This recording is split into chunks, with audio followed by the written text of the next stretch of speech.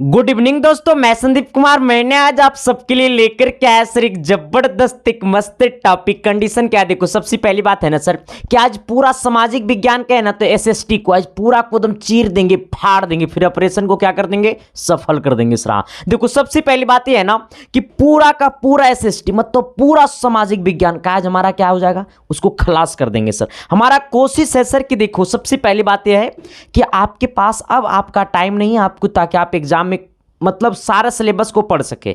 आप वही पढ़िए जो एग्जाम पूछता है, और बोर्ड एग्जाम पूछेगा वही जो संदीप कुमार पढ़ाता है सर। ये मेरा सिद्धांत है, ठीक है। लेकिन इससे पहले मैं आपको बस इतना ही आपसे रिक्वेस्ट करना चाहूंगा सर कि शिद्दत से, प्यार से और मोहब्बत से इस क्लास को पूरा देख लो सर। इसके बाद आपके दिल और दिमाग में कुछ फील होगा, पता है क्या फील होगा, वो लास्ट में तुम बता दोगे हमको, और लास्ट में इस बात को हम तुमको भी बता देंगे, ठीक है सर। चलिए आइएगा सर, हम लोग क्लास को करते हैं शुरुआत। क्लास शुरू करने से पहले जो भी लोग चैनल पे पहली बार आए थे, शिद्दत से, प्यार से, मोहब्बत से चैनल को सब्सक्राइब कर देना, और सभी दोस्तों के पास शेयर भी कर देना। जिनके सपना टूटा है, जिनके दिल टूटा है, उन लोगों के पास शेयर कर दो सर, उनके दिल और दिमाग दोनों ज्वाइंट हो जाएगा, ठीक है सर। आना अब एक बात और है सर, यहां पे देखो कि हमने कल मैथ को चीरा फाड़ा था, और अभी मैथ में हमें सब्जेक्टिव और करवाना है, ठीक है सर। ऑब्जेक्टिव को हमने चीर फाड़ दिया था, उतना से बाहर ऑब्जेक्टिव नहीं आएगा जितना हमने पिछले क्लास में करवाया है। अगर वो क्लास नहीं देखा है मैथ वाला, तो इस वीडियो के डिस्क्रिप्शन में उसका लिंक दिया हुआ है, ठीक है, यहां से जाकर के देख लीजिए।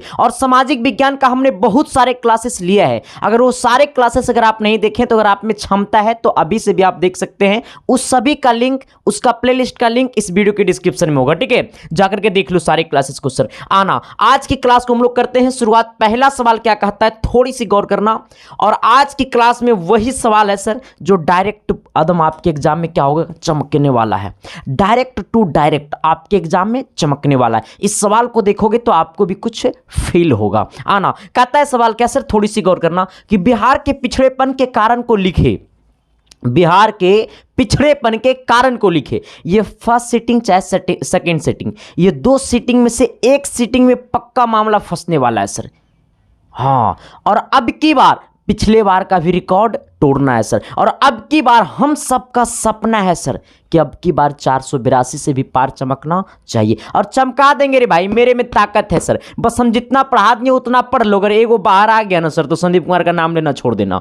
हाँ बस हो गया, कहानी खत्म, इतना ही में तो मामले फिक्स हो गया। आना सर कहता है क्या सर, थोड़ी सी गौर करना कि बिहार के पिछड़ेपन के कारण को लिखे। इस बात को तुम्हें भी पता होगा है ना कि बिहार में उद्योग नहीं है ना, पता है रे जतला मतलब। देखो इधर कहते हैं क्या सर कि बिहार के पिछड़ेपन के कारण निम्नलिखित है। बिहार के पिछड़ेपन के निम्नलिखित कारण है। एक दो कारण नहीं है, बिहार में पिछड़ेपन का एक दो कारण नहीं है, बहुत सारे कारण है, ठीक है सर। और सुबह में 10 बजे वाली क्लास कल से चलेगा, ठीक है। आज ही चलता क्लास, लेकिन इंटर का एग्जाम था इसलिए नहीं चल पाए, वो कल से क्लास चलेगा, ठीक है। आना बिहार के पिछड़ेपन के कारण निम्नलिखित है, और सुबह में आप लोग 10 बजे जोड़ने का कोशिश कीजिएगा, ठीक है सर। एक नंबर में तेजी से बढ़ती हुई जनसंख्या। हाँ, हम दो हमारे दो नहीं रे, हम दो हमारे 5, बिहार का ही रूल है।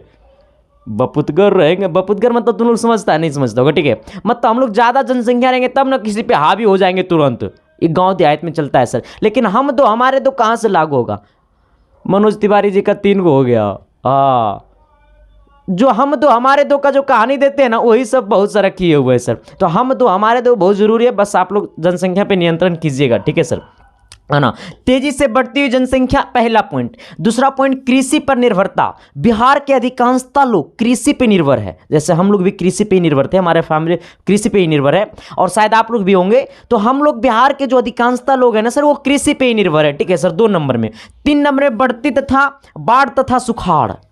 बिहार में सर कोई एरिया में बाढ़ होगा तो कोई एरिया में सुखाड़ होगा। चले जाओगे पूर्णिया, चले जाओगे किशनगंज, चले जाओगे सीतामढ़ी, चले जाओगे सर दरभंगा, चले जाओगे मधेपुरा, चले जाओगे कटिहार, चले जाओगे सर उधर खगड़िया, चले जाओगे किशनगंज, चले जाओगे तो उधर जो है ना आपको बाढ़ का समस्या आता है। पूर्वी चंपारण, पश्चिमी चंपारण में बाढ़ का समस्या आता है सर। तो अगर तुम इधर चले जाओगे, नवादा चले जाओगे, गया चले जाओगे, आप तुम औरंगाबाद चले जाओगे, शेखपुरा चले जाओगे, तो इधर सुखाड़ का समस्या होता है। तो बिहार में सर कहीं सुखाड़ की समस्या तो कहीं बाढ़ की समस्या है। तो बिहार में जो है ना वो बाढ़ और सुखाड़ की क्षति होती है सर, ठीक है। आना 5 नंबर में पॉइंट क्या कहता है, 4 नंबर में औद्योगिक पिछड़ापन। बिहार में कोई उद्योग नहीं है सर, जिससे बिहार का पिछड़ापन भी है। बिहार में कोई उद्योग नहीं तो बिहार के लोग सही से रोजगार नहीं कर पाते हैं। आना 5 नंबर में है सर कि खराब विधि व्यवस्था, बिहार में एकदम खराब विधि व्यवस्था है। हाँ, बिना घूस का काम ही नहीं चलेगा, इससे पिछड़ापन है। इससे मस्तिष्क क्या होता है ना सर, मानव की मस्तिष्क क्या होता है ना, डिक्रीज होता है, मतलब कम जाता है। मैंने किसी को घूस लेते देखा, एग्जाम देने गया, पेपर लीक हो गया, छोड़ दो रे, लास्ट में पेपर भी लीक हो जाता है, ओकरे लेके चल जाएंगे अंदर। ये सबसे भी सर हम लोग का क्या होता है, पिछड़ापन होता है सर, विधि व्यवस्था से भी। तो बिहार की कुछ विधि व्यवस्था ऐसे हैं सर जो पिछड़ापन की मतलब क्षति देता है सर, बहुत ज़्यादा। ठीक है ना, आइएगा। तो हमने क्या क्या बोला है सर, एक बार मेरे साथ बोलोगे और शिद्दत से, प्यार से, मोहब्बत से इस क्लास को सभी के पास शेयर कर देना है और सब कोई बोलेगा। और जो जो ना बोलेगा नु सर जी, तो देख लेना रात में सपना में हम आएंगे। आना, हमने क्या बोला है सर, मेरे साथ बोलना कि बिहार के पिछड़ेपन के कारण को लिखे। तो पहला क्या कि बिहार के पिछड़ेपन के कारण निम्नलिखित है। 1 नंबर में क्या हमने लिखा है कि तेजी से बढ़ती हुई जनसंख्या। 2 नंबर में हमने क्या बोला सर, कृषि पर निर्भरता, बिहार के अधिकांशता लोग कृषि पर निर्भर है। आना 3 नंबर में हमने लिखा है बाढ़ तथा सुखाड़ से क्षति, बिहार में बाढ़ और सुखाड़ से क्या होता है, क्षति होता है। 4 नंबर में हमने लिखा है सर औद्योगिक पिछड़ापन, बिहार में कोई उद्योग नहीं है सर, जिसलिए बिहार का पिछड़ापन है। फिर हमने 5 नंबर में लिखा है सर खराब विधि व्यवस्था। तो क्या आपको मैंने जो बोला वो चमका न जी, अरे एस या नो तो बोलिए न जी, थोड़ी सी शिद्दत से, प्यार से, मोहब्बत से बोलिए ना जी। क्या मैंने जो बोला वो चमका या नहीं चमका सर? अगर चमका तो एस या नो तो बोलना चाहिए। ठीक है, आना कहता है सर कि बिहार के पिछड़ेपन को दूर करने का उपाय, बिहार के पिछड़ेपन का कारण और बिहार के पिछड़ेपन को दूर करने का उपाय, ये 2 में से एगो पक्का आएगा। ये फर्स्ट सेटिंग चाहे सेकंड सेटिंग में, ये 2 आप ये 2 कर लीजिए। ठीक है सर, आपका एगो लघु उत्तरीय का टेंशन खत्म। ये हो सकता है दीर्घ उत्तरीय में भी आपको पूछ देगा। ठीक है, तो आपको एक सवाल का टेंशन खत्म हो गया, बस ये 2 कर लो, एक क्वेश्चन का टेंशन खत्म। एग्जाम देकर के आना, संदीप कुमार को इस बात को बोल देना। ठीक है, ठीक है, चलो आना। तभी तो कहोगे सर कि तेरी आंखों में मेरा चेहरा दिखता है, बट मेरी आंखों में तो सिर्फ और सिर्फ आप सबका चेहरा दिखता है सर। आना कहता है ना सर क्या कि बिहार के पिछड़ेपन को दूर करने का उपाय। तो बिहार के पिछड़ेपन को दूर करने का निम्नलिखित उपाय है, बिहार के पिछड़ेपन को दूर करने का निम्नलिखित उपाय है। सबसे पहले सर तो बता दूंगा, आ जाओ इधर। कहता है जनसंख्या पर नियंत्रण। सबसे पहली बात है सर कि हम लोग जनसंख्या पर नियंत्रण करेंगे, हम 2 हमारे 2, ऑटोमेटिकली जनसंख्या कम होगा तो बिहार का पिछड़ापन का दूर होगा थोड़ा सा। आना फिर है सर कृषि का तेजी से विकास। हम लोग कृषि का जो तेजी से विकास हम लोग का हो जाएगा सर, तो बिहार का पिछड़ापन दूर हो जाएगा, क्योंकि बिहार के अधिकांशता लोग कृषि पर निर्भर है। और बिहार में कृषि जो होता है सर, वो हमारा वैज्ञानिक तरीका से नहीं होता है, ये पुराने तरीका से होता है। तुम अगर चले जाओगे पता है कहाँ, पंजाब, हरियाणा, वहाँ जो किसान का बेटा होता है ना सर, वो लंदन में पढ़ाई करता है, तो वहाँ के किसान को फायदा है, वो खेती करने जानता है। लेकिन बिहार का किसान रे धान बो न रे गेहूँ लगा, सर हम लोग को क्या फायदा होगा? वो भी आधा बाढ़ आधा सुखाड़े से ग्रसित है। ठीक है सर, बस आ जाओ, ज़्यादा बात करने का टाइम नहीं है सर, क्योंकि आपका एग्जाम है। हम 2 नंबर में क्या लिखा है, मेरे साथ बोलना, कृषि का तेजी से विकास। 3 नंबर में हमने क्या लिखा है, अगर इसका विकास तेजी से हो जाएगा, ये हमारा हो जाएगा सर, तो थोड़ा सा बिहार के पिछड़ापन दूर होगा। आना हमने लिखा है बाढ़ और सुखाड़ पर नियंत्रण। बाढ़ और जो सुखाड़ आते रहता है सर, बिहार में जो बाढ़ कहीं कहीं सुखाड़ आता है, उसको अगर हम लोग नियंत्रण कर लेंगे ना, अपने हाथ में कब्जा कर लेंगे ना, जैसे सपोजिट मान लो जहाँ जहाँ सुखाड़ आता है वहाँ वहाँ अच्छा अच्छा नहर, नदी, पुल बना दिया जाएगा, और वो नदी में पानी का जमाव कर दिया जाएगा। जब इस एरिया में सुखाड़ घोषित होगा तो वो नदी का डैम को खोलेगा, पुल को खोलेगा, पुलिया को खोलेगा, तो खेत तक पानी पहुंचेगा, जिससे किसान अपना सिंचाई कर पाएगा सर। लेकिन बिहार में सर तो चले जाओ ना दक्षिणी बिहार, कहीं आपको नल पुलिया, नहर पुलिया आपको बहुत कम मिलेगा सर। ठीक है, तो यही सब है सर। अगर ये सबको सही तरीका से तेजी से विकास हो जाएगा ना सर, तो हम लोग का थोड़ी सी सर पिछड़ापन का जो होता है ना, उसका उपाय यही सब है, हम इस सब से पिछड़ापन दूर हो जाएगा, क्योंकि बिहार के अधिकांशता लोग किस पर निर्भर है, कृषि पर निर्भर है सर। ठीक है, आना अगला कहता है सर उद्योगों का विकास। बिहार में उद्योग 1-2 गो लग जाएगा, 2-4-10 गो उद्योग लग जाएगा सर, तो पिछड़ापन ऐसा ही दूर हो जाएगा। फिर हमने क्या लिखा है सर कि स्वच्छ तथा ईमानदार प्रशासन। स्वच्छ तथा ईमानदार प्रशासन, ईमानदार प्रशासन जिस दिन हो जाएगा ना, उसी दिन बिहार का पिछड़ापन दूर हो जाएगा। बाइक पकड़ाया उन्हें से घुसाओ न रही, सर जी लो ना 500 रुपये 500 रुपया कर ना दो, गाड़ी छोड़ ना दो सर जी 500 रुपया, यो मार रहा हाथ घुसा रहा है। सर जब से शराब बंद हुआ है ना, तब से बिहार का ना दरोगा जो है ना सर, इतना रुपया कमाया ना कि कहा नहीं सकते हैं, ठीक है आना। तो हमने क्या बोला है सर कि बिहार के पिछड़ेपन का दूर करने का सबसे बड़ा उपाय यही सब है, ठीक है आना। एक बार शिद्दत से, प्यार से, मोहब्बत से आना सर। हमने क्या लिखा है कि बिहार के पिछड़ेपन को दूर करने का निम्नलिखित उपाय है। बिहार के पिछड़ेपन को दूर करने का निम्नलिखित उपाय है, जिसमें से पहला उपाय मेरा क्या है सर? पहला उपाय है जनसंख्या पर नियंत्रण, है ना, जनसंख्या पर नियंत्रण। हम लोग जनसंख्या पे नियंत्रण कर लेंगे, हम 2 हमारे 10 नहीं, हम 2 हमारे 2 करेंगे, मैक्सिमम 3 करेंगे, ठीक है सर आना। अगला कहता है कृषि का तेजी से विकास करना, ठीक है, वैज्ञानिक तरीका से कृषि करना, ठीक है। बाढ़ और सुखाड़ पर नियंत्रण लाना, कहीं बाढ़ है कहीं सुखाड़ है सर, तो ये सब चीज़ों को थोड़ा सा सरकार को ख्याल रखना, ठीक है सर आना। अगला कहता है सर उद्योगों का विकास करना, 1-2 बिहार में उद्योग हो जाएगा, कहानी खत्म हो जाएगा। स्वच्छ तथा ईमानदार प्रशासन, स्वच्छ तथा ईमानदार प्रशासन की जरूरत है बिहार में, ठीक है। यहां तक सभी को चमका क्या नहीं चमका? अगर चमका तो एस या नो तो बोलिए ना जी। तो शिद्दत से, प्यार से, मोहब्बत से हर स्टूडेंट के व्हाट्सएप के स्टेटस में लगा रहना चाहिए, ठीक है सर आना। अच्छा एक बात और, इस बात को समझना सर, मैं आपको एक बात और बता देना चाहता हूं कि शिद्दत से, प्यार से, मोहब्बत से सर अपनी मम्मी पापा को, फिक्र को फक्र में बदलना है सर। पता है आपके एग्जाम भी आया होगा ना सर, तो आपके मम्मी पापा डेली आपसे ज़्यादा चिंता में वो होंगे, मेरे बच्चा को एग्ज़ाम है ना 14 फरवरी से, सर आपसे ज़्यादा वो सोचते हैं। और आपको बचपन से अब तक 1 क्लास से लेकर के 10 क्लास तक आपके पीछे आपके फैमिली कितना रुपया खर्चा किया, इसका कोई गिनती नहीं है सर। लेकिन आज तक आपने कोई सर्टिफिकेट दिया कि आपने जो मेरे ऊपर पैसा खर्चा किया इसका सर्टिफिकेट ये है, हमने पढ़ा नहीं दिए सर। आज आप अपनी ज़िंदगी के, अपनी पूरी लाइफ का ये पहला सर्टिफिकेट देने जा रहे हैं कि हम आपका पैसा खर्चा किए, आपके हम बच्चे हैं, इसका दायित्व ये हमारा है। और हमने आपके पूरी मतलब पैसे की कीमत, हमने आपको फ़र्ज़ निभाया है, वो पहला सर्टिफिकेट देने वाले हैं सर। अगर वो सर्टिफिकेट में अगर 2nd डिवीज़न लिखा गया, 3rd डिवीज़न लिखा गया, तो सर सोचो इस माता पिता की आंख में कितना आंसू आएगा सर। वो ऐसे रोएंगे जब उनके आंख से आंसू भी नहीं गिर पाएगा, उतने तड़प तड़प के वो दिल से रोएंगे कि सर उनकी पूरी सपना, उनकी पूरी ज़िंदगी का पूरी सपना जो होता है ना सर मम्मी पापा का, वो आपकी आंखों में अब दिखता है।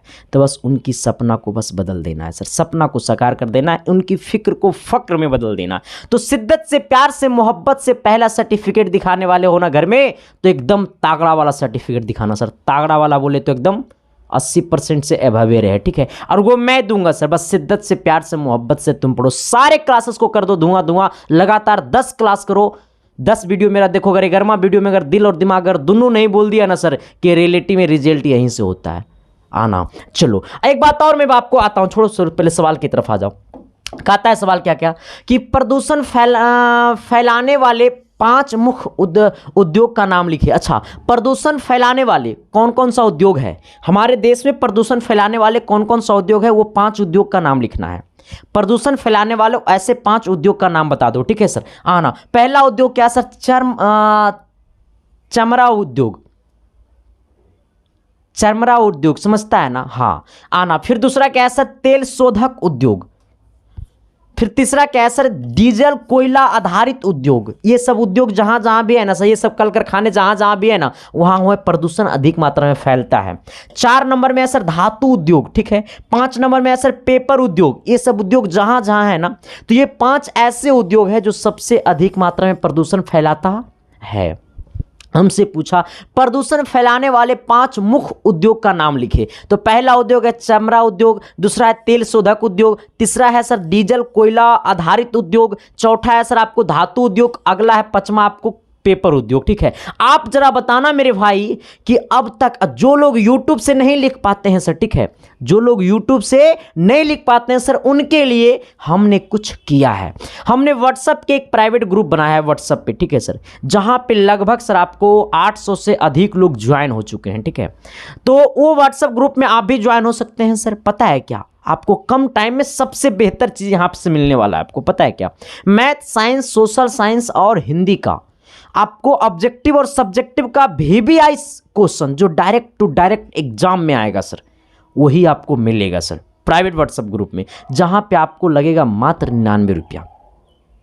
ठीक है, वो आपको अब एक चीज और मिलने वाला है जो नीचे में थोड़ा दिखाई दे रहा होगा। ठीक है, बट सर उसको दिल खोल के नहीं बोलेंगे, वरना दिल खोल के हम चल जाएंगे भीतरे जेले, है ना, कभी बेलो नहीं होगा। ठीक है सर, आना जिनको इसमें ज्वाइन होना है तो उनको करना पड़ेगा 99 रुपया अपने जेब से खाली। कहाँ पे, तो ये एक नंबर आपको दिखाई दे रहा होगा 72 वाले नंबर, उसी नंबर पे आपको ये 72 वाले नंबर पे पे फोन चाहे पेटीएम से 99 रुपया पेमेंट कर देना है। ठीक है, अगर आप खुद से नहीं चलाते तो अपने चचा से, भैया से, भाभी से, साली से, सॉरी साले तुम लोग को नहीं होगा, ठीक है, जिनसे भी करवाना है सर, तो आप उसी नंबर पे पेमेंट करवा करके पेमेंट का स्क्रीनशॉट लेकर के आपको उसी व्हाट्सएप नंबर पे पेमेंट का स्क्रीनशॉट भेज देना है और मैसेज में लिख देना है सर कि मुझे प्राइवेट ग्रुप में ज्वाइन कर दीजिए। मतलब स्क्रीनशॉट भेजने के बाद तो तुरंत आपको इधर से ओके का मैसेज आएगा और पिछला जितना भी पीडीएफ हमने सबके पास भेजा वो सारे पीडीएफ आपके पास भी भेज दिया जाएगा। आप उसको पढ़ लीजिएगा, एग्जाम में जाकर के तहलका मचा के चले आइएगा। ठीक है, अब दूसरी बात क्या है ना सर, पता है क्या, इस ग्रुप में सबसे बड़ी फायदा है कि ना तो आप किसी का नंबर देख पाइएगा ना तो आपका नंबर कोई देख पाएगा। हाँ, ये ब्रास्केट के थ्रू पीडीएफ जाता है सर, जो कि मेरा नंबर बन करके आपके पास पीडीएफ जाएगा। ठीक है सर, अब एक बात को और समझना, क्योंकि देखो सर वो खुला खुला ग्रुप रहेगा थोड़ा सा वहाँ पे दिक्कत होता है। ठीक है, ये थोड़ा सा जिस अनलीगल काम है ना। अब आना सर, अब इस बात को समझना थोड़ी सी सर कि आप इस नंबर पर कॉल नहीं कर सकते हैं। हाँ, व्हाट्सअप कॉल कर सकते हैं, व्हाट्सअप पे मैसेज कर सकते हैं, वो भी फालतू का नहीं सर प्लीज़, क्योंकि सर देखो एक संभालने वाला है सर और वो बेचारा तंग हो जाता है, इसलिए कॉल आपको काम से ना मतलब है, आपका काम रियलिटी में 110% होगा जिस प्रकार से सबका हुआ सर। ठीक है, आ जाना तो आप लोग ज्वाइन हो सकते हैं शिद्दत प्यार मोहब्बत से। चलो आना, अगला क्वेश्चन क्या कहता है, 3 नंबर, थोड़ी रुक जा रे, मामला गड़बड़ हो गया ना, यही 2 लिखा गया ना रे, रुक जाओ, यही 2 और यही 2 लिखा गया, यानी टोटल एक क्वेश्चन गड़बड़ हो गया ना। चलो आ जाना, अगला सवाल क्या कहता है सर, शिद्दत से प्यार से मोहब्बत से आना सवाल नंबर 3 की तरफ, कि तेरी आंखों में मेरा चेहरा दिखता है। कहता है कृषि आधारित उद्योग और खनिज आधारित उद्योग में अंतर स्पष्ट कीजिए। कृषि आधारित उद्योग और खनिज आधारित उद्योग में अंतर स्पष्ट कीजिए। ठीक है, आना 1 नंबर में आपको क्या लिखना है सर, थोड़ी सी इस बात को गौर करना, कृषि आधारित उद्योग और खनिज आधारित उद्योग में निम्न अंतर है। हमसे बोला कृषि आधारित उद्योग और खनिज आधारित उद्योग में अंतर स्पष्ट कीजिए, तो कृषि आधारित उद्योग और खनिज आधारित उद्योग में निम्न अंतर है। ठीक है, 1 नंबर में आना, सबसे पहले आपको कृषि आधारित उद्योग क्या है, तो कृषि आधारित उद्योग लिख करके आपको यहां से डैश देना, लिखना है कृषि आधारित उद्योग कच्चे माल के रूप में कृषि उत्पाद पर निर्भर रहता है। हमने क्या बोला है, हमने बोला कृषि आधारित उद्योग कच्चे माल के रूप में, कच्चे माल के रूप में कृषि उत्पाद पर निर्भर रहता है, कृषि उत्पाद पर निर्भर रहता है। आ जाना, जैसे आपको सूती वस्त्र उद्योग, गन्ना उद्योग, ये सब क्या है सर, हमारा कृषि आधारित उद्योग है। सूती वस्त्र उद्योग जब तक कृषि नहीं होगा सर तब तक सूती वस्त्र उद्योग चलेगा नहीं। गन्ना उद्योग जब तक गन्ना का खेती नहीं करेगा किसान तब तक गन्ना कहाँ से उद्योग चलेगा। ठीक है, आना तो सबसे पहले आपको कृषि आधारित और खनिज आधारित उद्योग में अंतर स्पष्ट कीजिए, तो कृषि आधारित और खनिज आधारित उद्योग में निम्न अंतर है। पहला 2 नंबर का सवाल है, ये लघु उत्तरीय में आएगा, तो कहता है कृषि आधारित उद्योग क्या है, तो कहता है कृषि आधारित उद्योग कच्चे माल के रूप में कृषि उत्पाद पर निर्भर रहता है, कच्चे माल के रूप में कृषि उत्पाद पर निर्भर रहता है, जैसे सूती वस्त्र उद्योग, गन्ना उद्योग। ठीक है, अब सोचो सर, ये हमारा किसको हमने दिया डिफाइंड कर, कृषि आधारित उद्योग। अब हमको करना है डिफाइंड किसको, खनिज आधारित उद्योग को। ठीक है, चलो कहता है सर क्या, खनिज आधारित उद्योग क्या है, तो खनिज आधारित उद्योग कच्चे माल के रूप में खनिज पर निर्भर रहता है। कहता है क्या, खनिज आधारित उद्योग कच्चे माल के रूप में खनिज पर आधारित रहता है। अब यहाँ पे इस बात को समझना है सर, कृषि और खनिज में, किस में, कृषि और खनिज में। देखो अब देखो यहाँ पे देखो इस बात को कि अगर आपसे पूछेगा खनिज आधारित उद्योग किसे कहते हैं तो भी आप बता सकते हैं यहाँ तक, यहाँ से यहाँ तक। ठीक है, लेकिन अगर अंतर पूछेगा तो आपको दोनों का डिफाइन करना पड़ेगा। ठीक है, आना, कहता है खनिज आधारित उद्योग कच्चे माल के रूप में खनिज पर निर्भर रहता है। खनिज से जितना भी उद्योग चलता है वो कच्चे माल के लिए सबसे पहले कच्चा माल की प्राप्ति करता उद्योग वाला, तब तो उससे कोई प्रोडक्ट बनाता है। तो ये कहता है सर खनिज आधारित उद्योग कच्चे माल के रूप में खनिज पर आधारित निर्भर रहता है। किस पे निर्भर रहता है? खनिज पे निर्भर रहता है। जैसे में सीमेंट उद्योग, लौह और इस्पात उद्योग, यहाँ तक कोई दिक्कत, कोई परेशानी, कोई कष्ट, कोई समस्या नहीं ना है। तो आ जाओ मेरे साथ सर, एक बार मेरे साथ आ जाओ 3 नंबर की तरफ आना। कहता है सर कृषि आधारित उद्योग और खनिज आधारित उद्योग में अंतर स्पष्ट कीजिए, मेरे साथ बोलना। सब कोई सिर्फ मेरा क्लास को देख लो सर, घर में पढ़ने की कोई जरूरत नहीं है। आना। अब ऐसा परिभाषा आपको कहीं मिलने वाला नहीं रही, रटते रटते जिंदगी रटा जाएगा लेकिन परिभाषा नहीं रटाएगा। लेकिन मेरा परिभाषा सर बड़ा ही सटीक रहता है, सीधे मास्टर के भेजा में जाए वाला है। आना। कहता है सर कृषि आधारित उद्योग और खनिज आधारित उद्योग में निम्न अंतर है। पहले नंबर में आपको कृषि आधारित उद्योग लिख के डैश देना है। कहता है कृषि आधारित उद्योग कच्चे माल के रूप में कृषि उत्पाद पर निर्भर रहता है। कच्चे माल के रूप में कृषि उत्पाद पर निर्भर रहता है। जैसे सूती वस्त्र उद्योग, गन्ना उद्योग। ठीक है सर। आना। अब क्या कहता है, थोड़ी सी गौर करना सर, इधर शिद्दत से, प्यार से, मोहब्बत से। अगला कहेगा खनिज आधारित उद्योग। इसी में हमको पूछा है तो खनिज आधारित उद्योग क्या होता है कि खनिज आधारित उद्योग कच्चे माल के रूप में खनिजों पर निर्भर रहता है, जैसे सीमेंट उद्योग और लौह और इस्पात उद्योग। ठीक है। चलो आना 5 नंबर सवाल की तरफ। 5 नंबर सवाल कहता है मानवाधिकार के महत्व को लिखे। ये आपको कभी कभी सर 5 नंबरिया में भी पूछ देगा। ठीक है। हमसे पूछा मानवाधिकार के महत्व को लिखे। किनको किनको मानवाधिकार के बारे में पता है? जिनको मानवाधिकार के बारे में पता है एक बार एस लिख करके कमेंट बॉक्स में, चाहे इस वीडियो को आप कभी भी क्यों नहीं देख रहे हैं लेकिन आपको कमेंट करना पड़ेगा सर। और आपको ये भी बताना पड़ेगा सर कि ये क्लास आपको कैसा लग रहा है। चाहे आप इस वीडियो को कभी काहे नहीं देख रहे हैं लेकिन करना पड़ेगा, और नहीं करोगे ना रे तो तुम्हारा शादी हम नहीं होने देंगे। मैंने कभी कभी बड़ा बात बोल देता हूँ सर। आना। कहता है सर आप तुम्हारा शादी से मेरे हाथ में नहीं ना है, तुम लोग खुद से कर लेना। आओ। कहता है मानवाधिकार के महत्व पर प्रकाश डाले, या फिर महत्व पर प्रकाश डाले या महत्व को लिखे, कोई दिक्कत नहीं है। ठीक है। महत्व पर प्रकाश डाले या महत्व को लिखे, कोई दिक्कत नहीं है। ठीक है। कहता है हमारे देश में राष्ट्रीय स्तर पर एक उच्चतम संस्था है। देखो यहाँ पे तुम ऐसा भी लिख सकते हो कि मानवाधिकार के महत्व को लिखे या फिर मानवाधिकार के महत्व पर प्रकाश डाले। ठीक है। कोई दिक्कत नहीं है। आना। कहता है सर कि हमारे देश में राष्ट्रीय स्तर पर उच्चतम संस्था है। हमारे देश में राष्ट्रीय स्तर पर उच्चतम संस्था है। एक उच्चतम संस्था है। कौन? एक उच्चतम संस्था है जो मानवाधिकारों की रक्षा और उनके अधिकारों से संबंधित हितों के लिए सुरक्षा प्रदान करती है।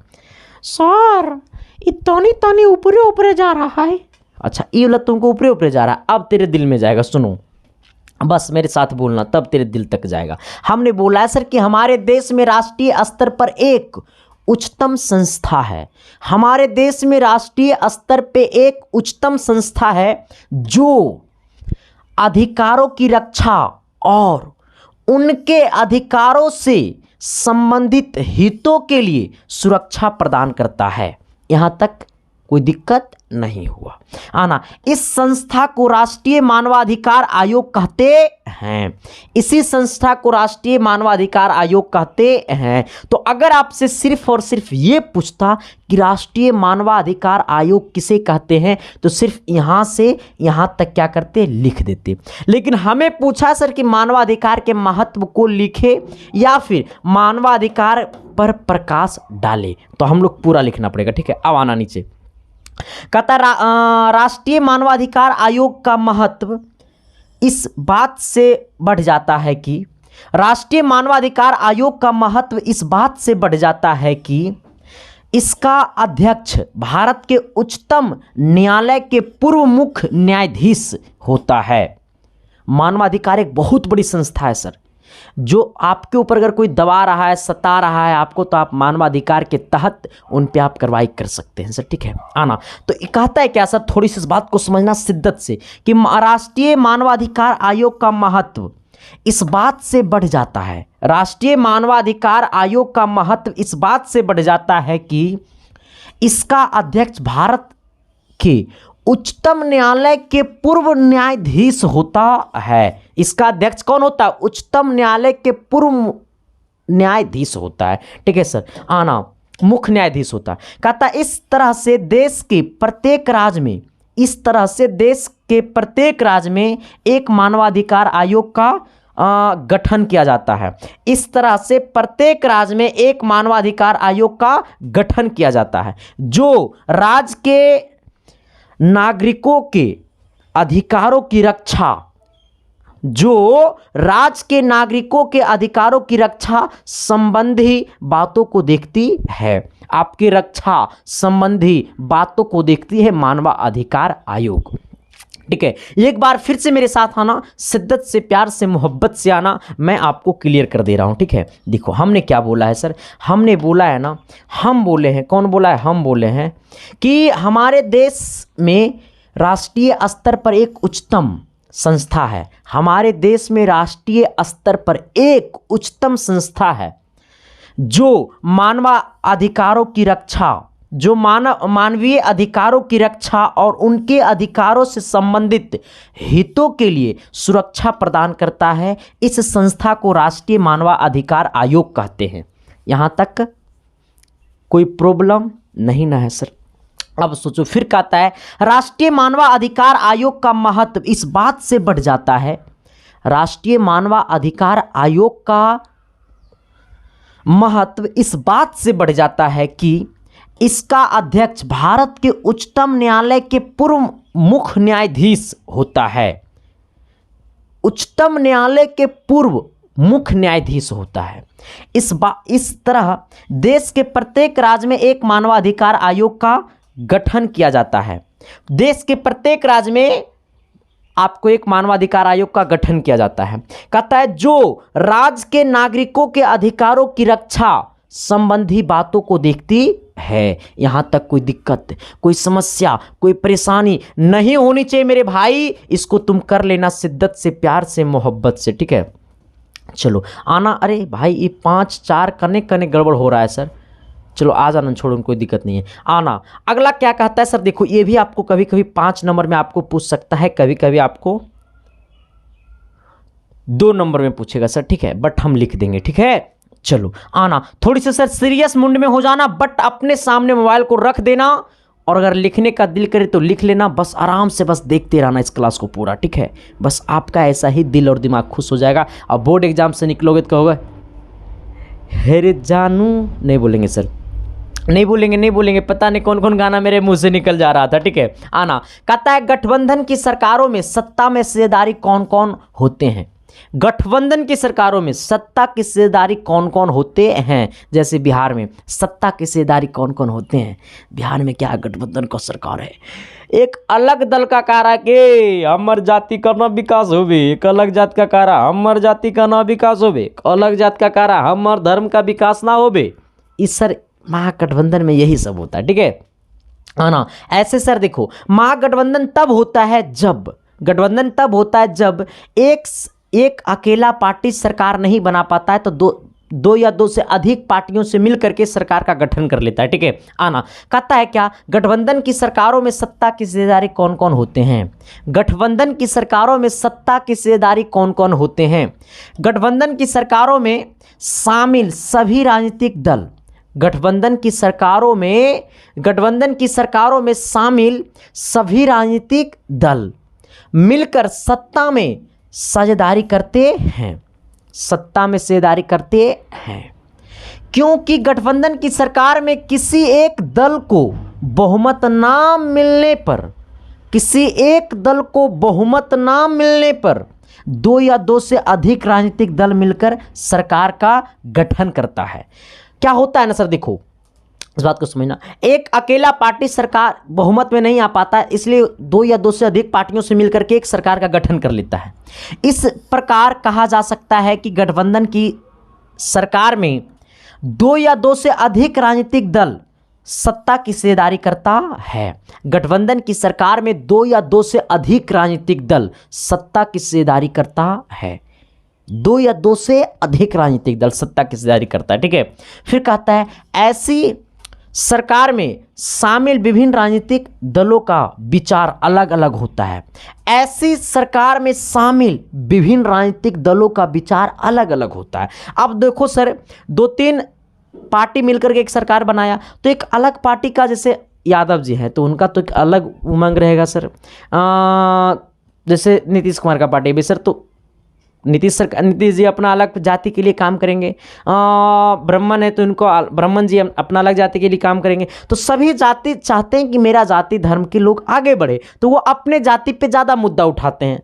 ऐसे हमारा देश जो है वो मिश्रित अर्थव्यवस्था है सर, ठीक है। यहाँ पे ना कोई जाति होती है, ना इंसान में तो जातीयता होती नहीं है सर, बट इस पे मैं चर्चा नहीं करूँगा। आना कहता है सर क्या कि ऐसी सरकार में शामिल विभिन्न राजनीतिक दल को विचार अलग अलग होता है। आना ऐसे में सभी का विचार क्या होता है? अलग अलग होता है। सभी दल अपने क्षेत्र के हित के लिए सरकार पर दावा बनाती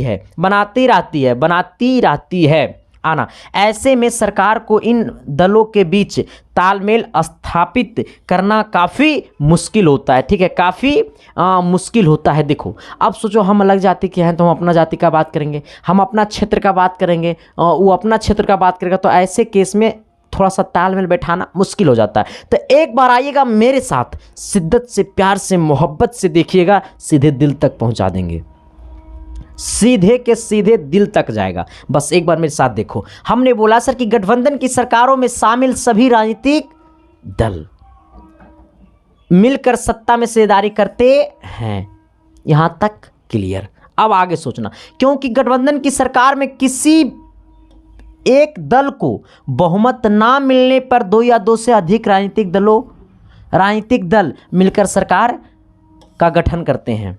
हमने क्या लिखा है कि क्योंकि गठबंधन की सरकार में किसी एक दल को बहुमत ना मिलने पर 2 या 2 से अधिक राजनीतिक दल मिलकर सरकार का गठन करते हैं। फिर हमने बोला है, इस प्रकार कहा जा सकता है कि गठबंधन की सरकार में 2 या 2 से अधिक राजनीतिक दल सत्ता का हिस्सेदारी करता है। गठबंधन की सरकार में 2 या 2 से अधिक राजनीतिक दल सत्ता की हिस्सेदारी करता है।